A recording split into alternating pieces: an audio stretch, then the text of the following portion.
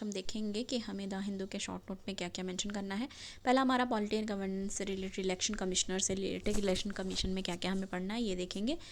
Code rule ने कहा है 3 member committee comprises PM, leader of opposition और लोकसभा लीडर, और लोकसभा जो अपोजिशन होगी, सिंगल लार्जेस्ट अपोजिशन पार्टी, और चीफ जस्टिस ऑफ इंडिया वो चूज़ करेंगे कि चीफ इलेक्शन कमिश्नर और इलेक्शन कमिश्नर कौन होगा।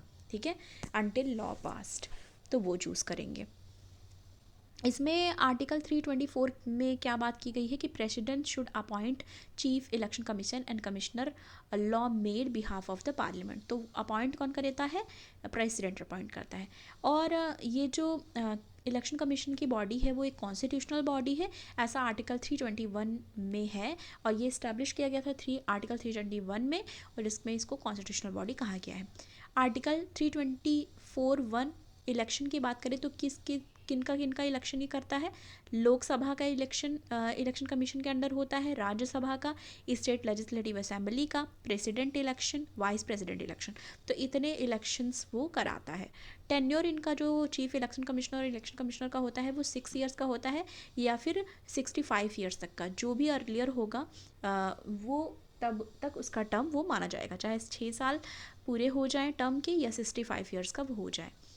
रिमूवल सेम एज जज ऑफ सुप्रीम कोर्ट है, और इम्पीचमेंट के द्वारा भी रिमूव किया जाता है, जो कि पार्लियामेंट में इम्पीचमेंट होता है उससे भी प्रेसिडेंट को रिमूव किया जाता है, और रिमूवल इसका सेम ऐसे है जैसे जज ऑफ सुप्रीम कोर्ट होता है। क्लीन टेक के बारे में जानेंगे। क्लीन टेक क्या है? By 2030 India expect to see 30 million women owned micro, small and medium enterprises. तो ये एक्सपेक्ट किया जा रहा है, इंडिया एक्सपेक्ट कर रही है कि 30 मिलियन वुमेन ओन करेंगी, वुमेन ओन्ड होगी एमएसएमई सेक्टर बाय 2030 तक। ठीक है, एम्प्लॉय अराउंड 150 मिलियन पीपल्स होगा बाय 2030, ये एक तरीके से एक्सपेक्टेशंस है। अब यहाँ पे देखो क्या क्या चीज़ें हैं। अर्ली वुमेन अडॉप्टर्स एक ये है, इसके द्वारा किया जाता है कुछ स्टेप्स जो भी बताए गए हैं। हाइपर लोकल इवेंट्स और डेमोज दे करके उनको वो किया जा सकता है, इनकरेज किया जा सकता है। और कई बार कोई भी प्रोडक्ट है जैसे उसे टच कर सकते हैं, जैसे कि want to touch and see high tech companies, तो उसके लिए भी एक चीज़ है।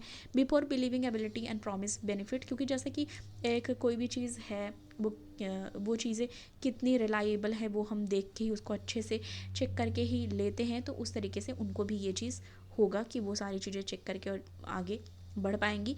Enable easy finance to purchase product. अब देखो इसमें एक चीज़ और भी है कि उनको ईजी फाइनेंस अवेलेबल हो पाए, क्योंकि अगर उन्हें ईजी फाइनेंस अवेलेबल होगा तभी वो चीज़ें वो जो भी परचेज़ कर पाएंगी प्रोडक्ट वगैरह। ठीक है, support backward and forward market linkages. Support किया जाएगा बैकवर्ड और फॉरवर्ड मार्केट लिंकेज के लिए। Only technology provision is not enough in all cases, कि सिर्फ टेक्नोलॉजी ही नहीं सफिशिएंट होती है, मार्केट कंडीशन और ये सब भी जो है वो इम्पॉर्टेंट होता है, एक इंपॉर्टेंट एक्सपेक्ट है। वुमेन स्ट्रगल, क्या क्या स्ट्रगल फेस करती है? Establish market linkages. ठीक है, इस्टेब्लिश करने में मार्केट लिंकेजेस उनको प्रॉब्लम होती है, इसलिए यहाँ पे कहा गया है देखो कि सपोर्ट किया जाएगा backward and forward market linkages पे।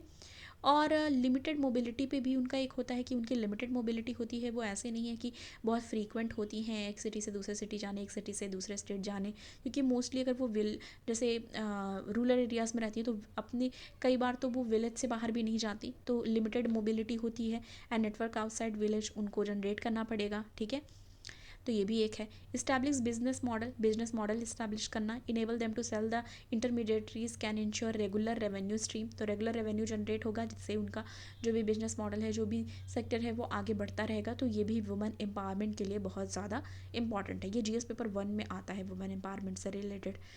देखो G20 से रिलेटेड भी आईआर के पेज पे था, तो इससे रिलेटेड हम आगे पढ़ चुके हैं, तो ये मैं यहाँ पे इसलिए रखा है कि हम आप देख पाओ कि हम ये सब कवर कर चुके हैं कि क्या मोटो था, 3 सेशंस कौन कौन से थे। ठीक है, कहाँ पे हुआ था, इस बार होस्ट कंट्री इंडिया है तो थीम क्या है, देखो थीम यहाँ पे मेंशन है। ठीक है, और ये सारी चीज़ें भी हम पढ़ चुके हैं। इंडिया एज अ प्रेसिडेंट, मतलब G20 का प्रेसिडेंट के तौर पे क्या कर सकता है, क्या उसका स्टैंड होना चाहिए, ये सारी चीज़ें भी हैं। इंडिया आइडेंटिफाई सेवरल प्रायोरिटी जैसे green development, climate finance, life यानी कि life style for environment, inclusion and resilient growth के लिए, सस्टेनेबल डेवलपमेंट ग्रोथ के लिए बात कर सकता है। Women lead empowerment, women lead development की बात कर सकता है, जो कि अभी हमने जस्ट पढ़ा अभी। वुमेन एम्पावरमेंट से रिलेटेड। तो इसी तरीके से बहुत सारी चीज़ें हैं जो वुमेन लेड डेवलपमेंट को लेके होंगी। डिजिटल पब्लिक इंफ्रास्ट्रक्चर की बात की जाए, इंफ्रास्ट्रक्चर की, ठीक है, तो ये सारी चीज़ें हैं। अब देखो India score 74.4 world bank index में वर्किंग वुमेन में, ठीक है। तो इंडिया का स्कोर 74.4 रहा है वर्ल्ड बैंक जो इंडेक्स है वर्किंग वुमेन का, उसमें। अब ये बेस्ड है 8 इंडिकेटर्स पे। ये आप कमेंट करके बताना कि ये कौन कौन से 8 इंडिकेटर्स हैं जिसके बेसिस पे वर्ल्ड बैंक जो इंडेक्स है वर्किंग वुमेन पे उन्होंने दिया है। कौन कौन से इंडिकेटर है ये आप कमेंट करके ज़रूर बताना। तो 14 ऐसे हैं कंट्रीज जिनको परफेक्ट 100 स्कोर मिले। ये जो 74.4 है ये हमें मिला हुआ है 100 में से, ठीक है। तो इनमें से है बेल्जियम है, कनाडा है, डेनमार्क है, ठीक है। कनाडा मैंने 2 बार लिख दिया है, उसके लिए sorry. Belgium, Canada, Denmark, France, Germany, Ireland, Iceland, Latvia, Luxembourg, Netherland, पुर्तगाल, स्पेन, स्वीडन। तो ये सारे हैं 14 हैं जिन्होंने परफेक्ट स्कोर जिनको मिला है। और ये इंडिकेटर जो 8 इंडिकेटर्स हैं जिस पे मिला है ये आप कमेंट करके बताना, जिससे कि हमारी जो चीज़ें हैं वो भी क्या बोलते हैं कि इंटरेक्शन सही बना रहे। कुछ कुछ चीज़ें आप भी कमेंट करो जिसमें ये बताओ कि 8 इंडिकेटर्स कौन से हैं जिसके बेसिस पे ये मिला है। आगे से मैं एक काम करूँगी कि लास्ट में एक प्रीलिम्स के क्वेश्चंस भी दे दूँगी 1-2 जिसका आंसर आप कमेंट सेक्शन में बताना, ठीक है। तो थैंक यू सो मच, मिलती हूँ आपको नेक्स्ट वीडियो के साथ।